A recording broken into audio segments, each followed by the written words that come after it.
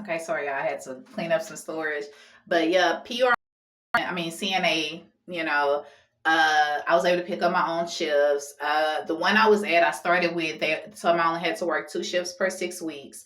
And then they kind of changed it at the time when it was like, oh, can you come like at least 2 times every 4 weeks? And then it became like 2 times every 2 weeks. But anyway, if you're trying to make that money, you're trying to work as much as you want, but you can take off when you want. You can not work when you want. The place where I was working, I was able to pick up day shift or night shift.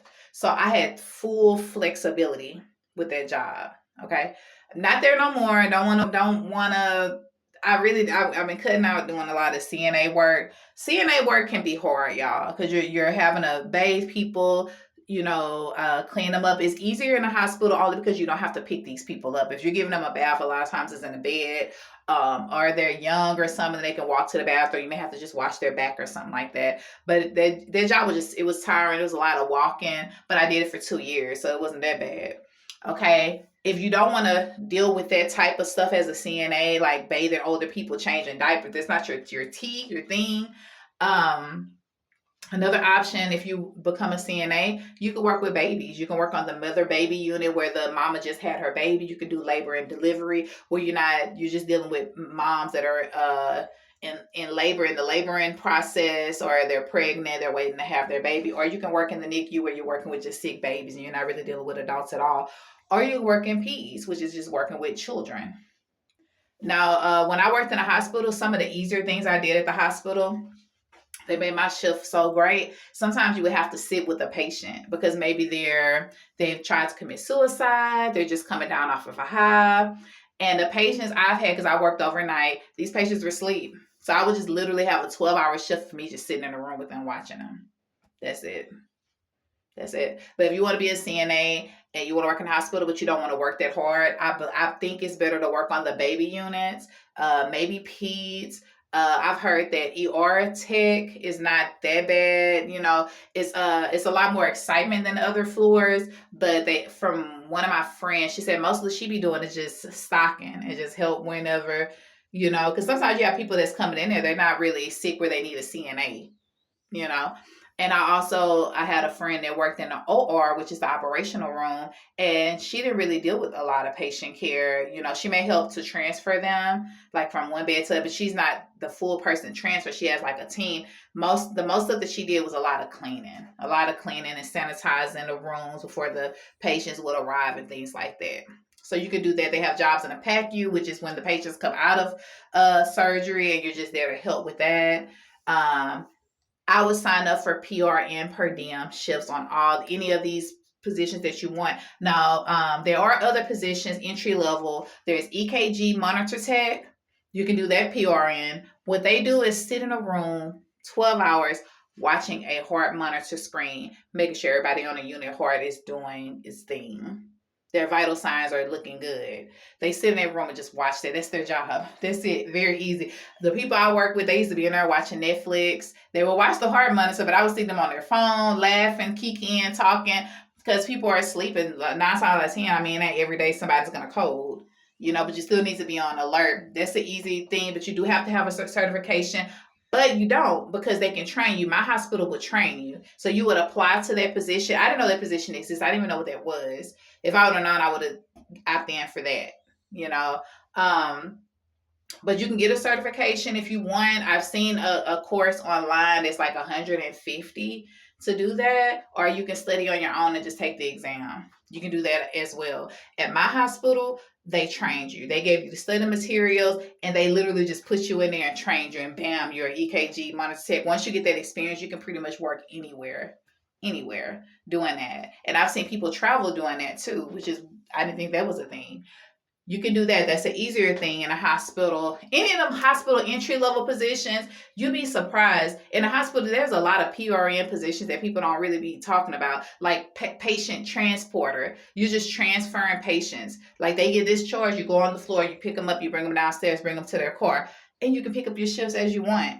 I believe at my hospital, there are PRN positions for dietitians. There are PRN positions for the housekeepers.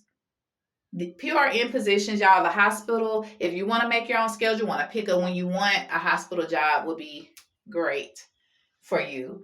Another option for you would be to work overnight. Now, I didn't bring this up first, but my first overnight job I've ever had was working at Walgreens. And when I worked at Walgreens, I worked overnight. I worked from 10:30 p.m. to 8:30 p.m. I mean 8:30 a.m. And so working there, they would let us work 7 days on, 7 days off, which means I worked 7 days working, and then I would have a whole week to myself. Now, granted, I was working all these other jobs, but if I wasn't working another job, let's just say I just wanted to have a soft girl era life, whatever y'all call it, soft life, and you just work 7 days on, 7 days off. I have the guy that does my hair. Eventually, I'll let y'all see my hair because I had got a silk press like a couple of weeks ago. But he works at the hotel and he works 11 p.m. to 7 a.m. But he works 4 days on, 4 days off. My sister used to be a correctional officer. She worked at the facility and her schedule was 4 days on, 4 days off. She worked 6 p.m. to 6 a.m. Overnight positions are great if you got things going on daytime. You got kids you got to bring to school, kids you got to pick up. You got doctor's appointments that just keep popping up. You got things going on in the daytime. Overnight shifts are great, and they always pay more. They always pay like $1 or $2 more than what my Walgreens job. I got paid more. My PRN job, I got paid more than other people. My sister said she got paid more working at the correctional facility, and the guy that does my hair, he got paid more working overnight. When you work overnight, they pay you extra. So overnight positions are great for people who don't want to just. It's kind of that's why I say a non-traditional, not 9 to 5 type thing, because you're not working 9 a.m. to 5 a.m. 5 p.m. You get to have all day to do anything that you need to do. Get your rest, of course. Get your rest. It's important. But you have all day. If you got a little appointment that you want to get it out the way. You want to work out during the daytime, get it out the way. Overnight positions, and a lot of them have patterns. I like that, the 4 day on, 4 day off. I love my 7 day on, 7 day off, because when the vacations rolled around, when I worked at Walgreens, I stayed at Walgreens for 5 years. That job was taking me through college, and that job was taking me through college, and I worked there for 5 years, and every year I would get a vacation. My first year I got 1 week. My second year I got 2 week vacation. My third year I got a 3 week vacation. My fourth year I got a 4 week vacation. About my fifth year I ended up leaving. So I was sometimes when I took that. I remember when I took my 3 week vacation, I just wanted to take that whole month off. It was my birthday month, and so the whole month of September and mid October I didn't work. I just took that whole month off. I was like, I'm just gonna go do me, take it light this month, and I did that. So overnight jobs are great because there's patterns that you can do. Even if you don't want to do a PR, let's say you want a full-time job at the hospital, which is cool. When you work in 12-hour shifts, you only need 3 of them to make close to $40, 40 hours, 40 hours. So because 3 12s is 36 hours. So a lot of times when you work at the hospital, they may say, okay, you're just going to work Monday through Wednesday and you're off for the rest of the week. Or you're going to work Friday through Sunday, but Monday through Thursday, you can just chill. Or if you want to pick up, you can. So if you want to work full time, because a lot of people do want to work full time because you have benefits. You got benefits, you got 401k, you got all those things. So if you want to work at the hospital but you don't, because when you do those PRN positions, a lot of times you don't get benefits. So yeah, you're getting paid more than everybody else, but you're not getting those benefits that they're getting, health insurance and all that. So if you want to do that, that's still a good option working at the hospital, doing any type of work, because if you're working 12 hours, a lot of times those companies only require that you work 3 days per week. I'm just telling y'all what I know. I'm just telling y'all what I know. I know a lot of YouTubers, a lot of people get on here and they will talk about all these different things that they have not done. They, oh, you should do this, you should do that. But these are jobs that I've done, and I've been around people that have done these jobs. These are good options. I've also did transcripting.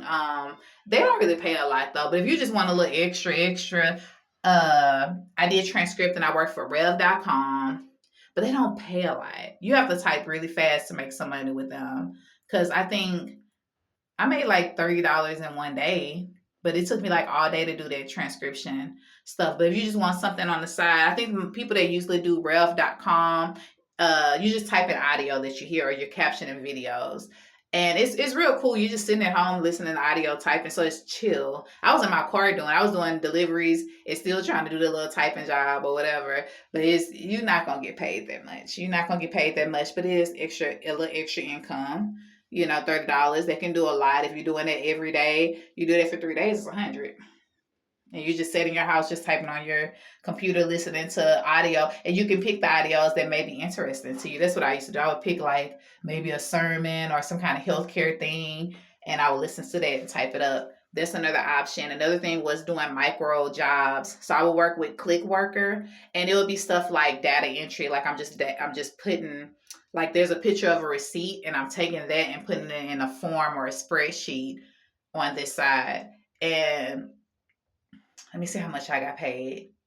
When I was doing that job, it was a lot of receipts. So you would get paid like maybe, I think within that hour, because I think it was like 10 cents per receipt that you would enter. Maybe within an hour, I was making $8, $9. Now, this was years ago. This was so many years ago. Because I've seen a guy on YouTube say he made like 2000 and something from Click Worker monthly doing that. It was an Asian guy. He only did it for 1 month though, but he said he made 2,000. I don't know. I just know that you do make money from doing. If you work with Clickwork or any of those little it's called micro task jobs, because they had a company called Fancy Hands. They never hired me, but they had people making money with that. It's like your virtual assistant. It may be like, hey, call and make a doctor's appointment for me. Call and reserve this online. Could you look this up? What does this word mean? Send it back to me. It'll be stuff like that. So yeah, I've done stuff like that too. So I'm just throwing all this out there to y'all because this is on my heart. I actually gotta get dressed, do my hair, and get the heck up out of here. But I had to make this video because there are a lot of people that are miserable at their jobs. When I was miserable at my job, I almost felt like I didn't want to be here no more. I'm like, if this what life is, if every day I gotta go to a job that I absolutely hate, I don't even want to be here no more. I don't want to be here no more. And it's so stupid. It's a job. Just go get another one. But those are the things that I've done. Another thing for people who just want to work in a positive environment, whether you are a Christian or not, I believe you should be Christian if you're going to do this. If you have a Christian store around your neighborhood and they're hiring, apply. Because 9 times out of 10, now don't get me wrong, you got some crazy Christians, but 9 times out of 10, with it already, the foundation is that we're going to be a Christian place like Chick-fil-A. That's why those people are always nice over there. Hi, okay, it's my pleasure, because the foundation is strong. McDonald's, their foundation isn't strong. That's why when you go to McDonald's, can I help you? What you need? Go to Popeyes. Sometimes it's the same thing. When you go to Chick-fil-A, how are you? How can I help you? Oh, it's my pleasure. Have a good day. Because the foundation is strong. So if Christian places, Chick-fil-A would be a great place. They get paid pretty good. If you know a Christian store, I would apply there. If you just want a good environment, get you a little part-time, and you can do food deliveries on the side. I'm just trying to help y'all out. These are practical things that you can do. I know there's online businesses and stuff like that. I haven't ventured fully into it. I have a lot of knowledge about it just from always looking it up, but not really fully investing in it. But these are like practical things you can do that will be a stepping stone for you getting your business stuff together. So I had to share that because I don't know who's going through it right now, who's at a job that they absolutely hate. And y'all, jobs can make you so depressed. I've cried a lot of times before going into a shift. A lot. And that's all the jobs that I've worked besides the food delivery and, like the gig type work. But even home health, I've had patients that drove me crazy and I just couldn't do it no more. And I would have to go to my place and tell them, hey, I don't want to do this. I don't want to work with this patient no more. Could you give me somebody else? You know, um, Sometimes when I was working at Walgreens, it was a guy that he used to drive me crazy. He was just so mean. And I would cry sometimes just going to work. I would be talking to my mom saying, Mom, I don't know what I'm gonna do. I don't know what my life has come to. Even though these jobs had like little, but the thing is, when you have a job, some of my mom used to always tell me, but I don't know why we don't fully take people's advice. My mom would say, why don't you just quit? They have other jobs. Just quit. But I was like, Mom, I don't want to quit because I'm making my money. And she's like, well, don't complain about it. She said either complain or you need to quit. Why stay at a job that you are so unhappy that you are crying going to work? That is not normal. That's not normal. And my very first job I worked at, y'all, was McDonald's. I ended up becoming a manager, but our general manager, this lady was over several stores at McDonald's. She was mean. She was just mean. She was mean. She had like a nice side, but then she was just mean. She was mean. She would be calling these girls B's, MFers, and nothing would happen to her. Nothing would happen to her. She was in a corporate office. Nothing would happen to her. And she would just be so rude to people, so rude. And I used to be stressed out going to work, and all the workers were along with me, especially the managers, the employees too. Everybody was like scared of this lady because it's like we want to keep our jobs, and our jobs, our life is basically in your hands. That's why I'm giving y'all this advice, because don't let no job have your life in their hand. If it's like that, if it's like that, spit a little bit. If it's that, quit. It's smart. Quit one job unless you got one lined up. Quit smart. But with these little jobs that I just named, these jobs are usually always hiring. Those live ops, the phone call center job, a mystery shop always gonna accept you. Food deliveries, hello, this you're gonna get on. Provider services, always hiring. Home health, period, always hiring. Hospital always need CNAs, always need housekeepers, always need hospital run 24 hours. Quit your job. Quit your job.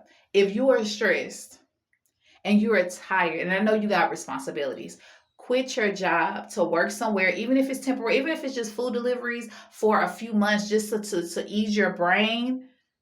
Or if it's just a call center job, let's say you don't have a car. If it's a call center job just to ease your brain, quit your job and do these little gigs until you figure out the next thing that you can do. I prefer you figure out a business before going into another job. But if it's not that, figure out something different that you can do. Y'all want to hear with a bonnet. This is crazy.